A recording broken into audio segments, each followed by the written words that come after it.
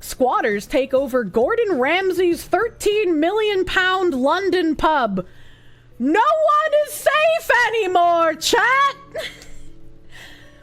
The group of at least 6 people have boarded up windows and put up a legal warning defending their occupation of the Grade 2 listed York and Albany Hotel and Gastropub near Regent's Park.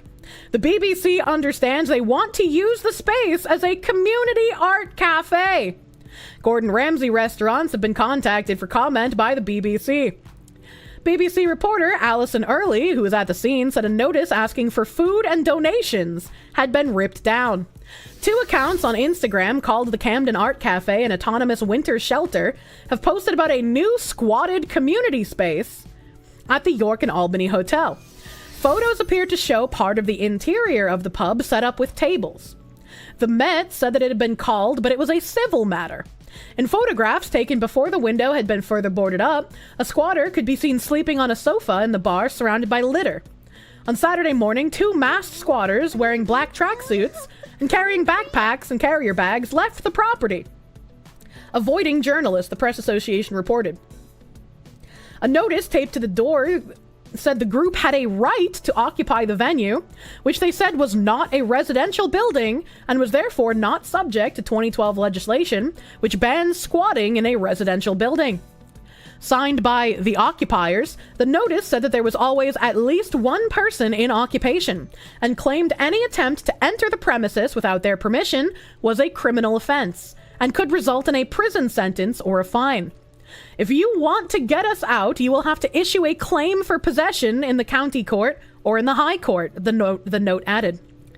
Occupation of a person's non-residential property without their permission is not itself a crime in the UK, though police can take action if crimes are subsequently committed, including damaging the property. Can I ask, how is it not a crime to occupy someone's non-residential property? If I own like a cute little farm shack to sell all of my little pumpkins and corn cobs and squashes out of, and you decide to occupy my cute little farm thing, how is that not illegal? What the actual fuck is going on in the UK? The Britbongs have no laws. I don't understand how this isn't illegal. Loopholes the size of the Thames. What the fuck? Also, yeah, Guedes, you have a good fucking point. If it's not illegal to occupy someone's non-residential property, what the fuck is stopping them from occupying government buildings? Or is this only a law that applies to citizens and not the elite ruling class? You know what? The shit would end real quick if there was a rash of fires with the doors barricaded. Oh my god. British hasn't had laws for a hot minute. The fact that they like the government because it lets them do this crap, that's crazy, dude. Squatters' rights to government buildings. This is my Faneuil Hall now. It's not residential, it's a business property. That's crazy. They're claiming they can't be kicked out, but also claiming anyone occupying without their permission is breaking the law because now it's their residential property. It wasn't a residential property before because it was a business, but they are occupying it and using it as a residence. So now it is a residential property. Is the law that they're operating under. The UK isn't real, man. I refuse to believe it. I refuse to believe. As a Britbonger, you're glad you at least don't live in London. What do you mean? That sounds very bigoted of you. This is just part and parcel of living in a big city. Rezoning doesn't work like that normally. Yeah, but I don't think we're working on normal laws anymore. Glad they left the EU. London, derogatory. Faneuil Hall, Boston mentioned. Yeah, that's where I'm from. I'm from the Boston. Ow, wow, wow, wow. Say we hire a professional who'll make the floor lava so they leave. Douglas Kaplan, thank you for the $1.99. It seems good is evil and evil is good. Yeah, we gotta figure out how to reverse this fucking shit, dude. I was like, we can't continue living this way, man. Peppa Pig. Wow, sure glad wow. the UK police doesn't have to handle this. Just imagine they would have needed to pull resources of persecuting Twitter hate speech monsters. Twitter hate speech monsters are easier to go after than actual criminals, because the Twitter hate speech monsters don't put up a fight. One of them, thank you for the $5 doodles. Thank you! Lance, thank you for the $5 doodles. Meanwhile, in the UK, if you're silently praying outside of an abortion clinic, you'll get arrested, provided it's not an Islamic prayer. You just gotta learn your place, you silly white man. How dare you try to live and exist in a country where your forefathers have been for hundreds of years, you piece of shit. If you're from Boston, how many tea crates have I tossed into the harbor today? None, because I'm not in Boston right now. I don't live near a harbor. January 6th was about squatters' rights. The U.S. Congress belongs to me. I feel like that's what you should reply anytime somebody says that January 6th was a threat to our democracy. Be like, what do you mean? It was just a protest of squatters' rights. They were trying to occupy a building so that they had a place to live. Boston in the UK looks like it was nuked already. I don't think I've ever heard anything about Boston in the UK.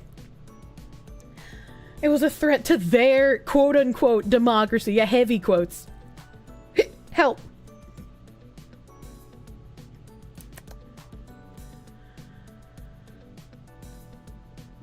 Where did I leave off? I forgot where I was reading. Occupation of a person's non-residential property without their permission is not itself a crime in the UK. Though police can take action if crimes are subsequently committed, including damage to the property. In a statement, the Metropolitan Police said it was made aware of squatters on the 10th of April. This is a civil matter, and so police did not attend the property, the force added.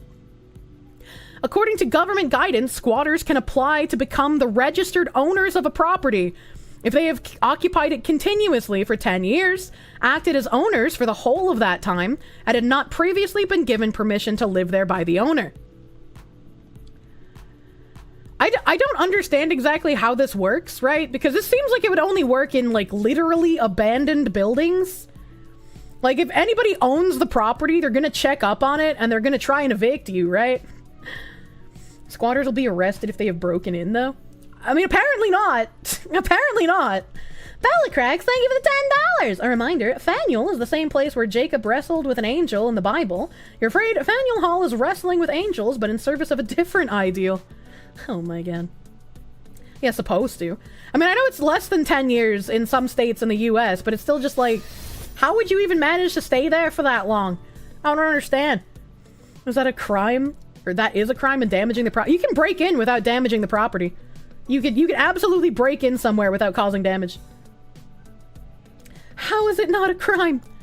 In 2007, film director Gary Love bought the freehold of the former 19th century coaching inn and subsequently leased it to Mr. Ramsay on a 25-year term with an annual rent of £640. The Kitchen Nightmares host unsuccessfully attempted to free himself from the lease in a legal battle at the High Court in 2015. The venue went on sale at the end of last year with a guide price of £13 million. Hot damn. Hot damn. Can you use people's stuff, toilet, electricity? Yeah. Not only can you use those things, but the person who owns the property is required to keep paying them to keep them on for you, even though you're there illegally. Because if they shut them off, apparently that makes them a problem that could actually get arrested because they are denying you basic necessities for living. Squatters rise up, Squattergate 2024. I just need a way to find BlackRock properties, man. I need to find a way to figure out what BlackRock owns. That's a fat ass house. It's so ugly. Like, I mean, I guess I'd eat here, but I definitely wouldn't want to live here. The problem is that the UK didn't have these laws because for decades they didn't think they needed it because they were all decent people who wanted what was best for each other. There are less and less decent people in the UK. I mean, the US is the same way, right? Like, there are still places you can go that are small, tight-knit, high-trust communities, but by and large, there's just no trust between civilians anymore. And the government is definitely inflaming that lack of trust as well. You won't be able to squat in a BlackRock-owned property. I'll fucking try it.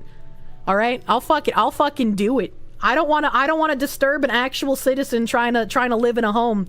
But if I find a BlackRock house, I'm gonna test the squatting laws, dude. Let's go. Wonder why Japan is different? Didn't think about it too much. Don't notice. Wonder why there's a growth of low trust in these countries now? Don't notice too much. You don't want to get executed. The UK meta continues to be avoid the cities. Please don't squat in BlackRock properties. Pretty sure none of your chatters would want you to do anything that'd risk my life. They're not going to just shoot me if I'm a squatter, chat.